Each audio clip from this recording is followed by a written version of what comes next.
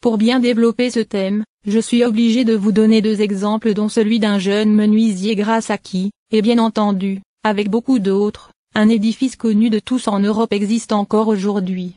Ce jeune homme venait d'une petite entreprise où il coupait des morceaux de bois pour la fabrication de simples outils.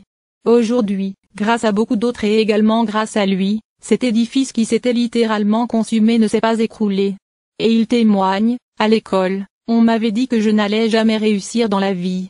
Mais maintenant ma vie a un sens, j'ai pu laisser une trace, même si personne ne connaît mon nom. Cela m'a fait penser à un jeune couple, François et Perrine. Ils sont aujourd'hui une vraie lumière pour leurs amis. Malgré les difficultés normales que rencontrent tous les jeunes ménages, ils ont découvert dans leur vie à deux une forme d'appel, prendre soin de leurs amis mariés, les aider à grandir dans l'amour et, encore, rester dans la proximité avec Dieu. Mais attention, ils n'ont rien du couple classique. Il leur arrive de faire des erreurs comme tous les autres couples. En plus, ils ont de forts caractères et de temps en temps, ça explose chez eux. Et quand ils se sont approchés de moi pour me demander de les préparer au mariage, ils avaient déjà un enfant. Donc je dirais qu'ils sont comme il y en a tant de nos jours. Pourtant, leur vie a aujourd'hui un impact sur pas mal de couples dans leur entourage. Leur amour est une lumière qui donne envie de travailler la vie à deux. Et pour eux, cette réalité est une grande motivation pour continuer de se battre et de grandir, eux aussi, dans leur propre histoire d'amour.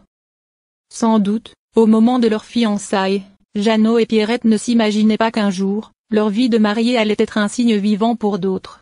D'ailleurs, quand Jésus appelle ses premiers disciples, Luc 5, 1-11, Pierre ne pense pas du tout qu'un jour il va donner sa vie comme martyr dans le cirque de Néron, et que ses lettres seront lues dans le monde entier.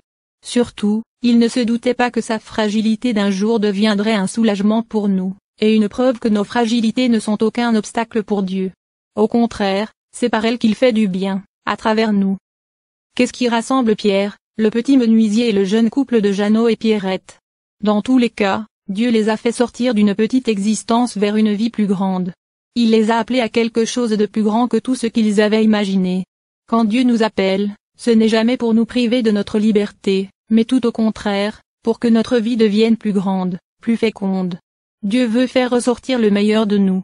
Si le sens du mariage était seulement d'être heureux, cela pourrait très vite ne pas être suffisant pour motiver l'un comme l'autre dans la pratique d'une fidélité de tous les jours, dans le bonheur et dans les épreuves, pour toute la vie. Non, notre cœur est trop grand pour un amour si réduit. L'homme a l'intuition que dans le mariage, quelque chose de plus grand doit être en jeu. Comprenons donc ceci. Promettre un amour qui soit pour toujours, est possible quand on découvre un dessein qui est plus grand que ses propres projets, qui nous soutient et nous permet de donner l'avenir tout entier à la personne aimée. Pour comprendre quel pourrait être ce dessein plus grand, demandons-nous pourquoi le chemin de Jeannot et de Pierrette a un tel impact dans la vie de leurs amis. Il me semble qu'avec les années, ils ont compris que leur vie conjugale fait partie d'une histoire plus grande. Le jour de leur mariage, sans le savoir, ils ont dit oui à un dessein plus grand, ou plutôt à quelqu'un de plus grand. Aujourd'hui, on perçoit que leur couple est devenu pour eux une vraie priorité.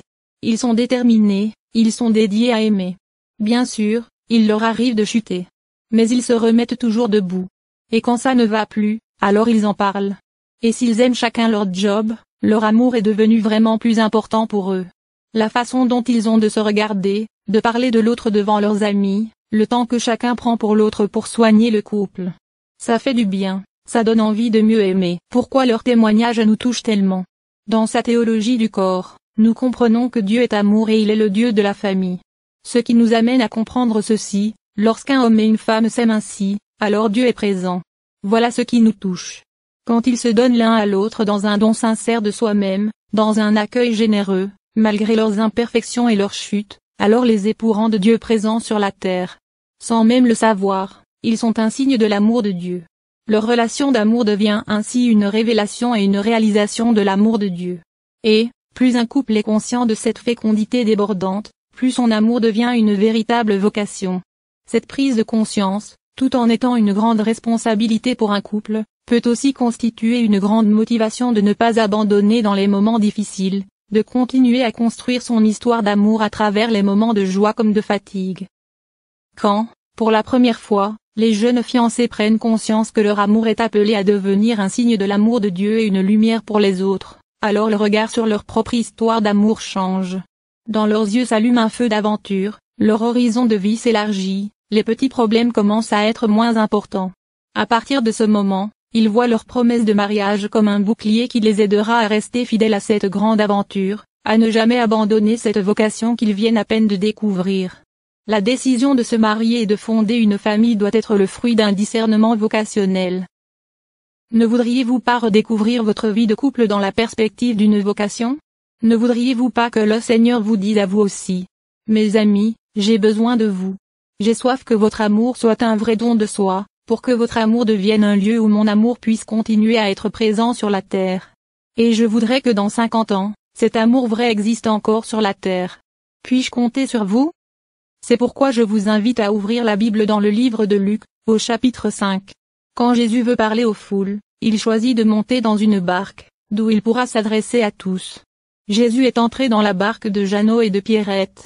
Depuis, leur vie est devenue une aventure, avec Jésus dans la barque. N'ayez pas peur de l'inviter lui aussi dans votre barque.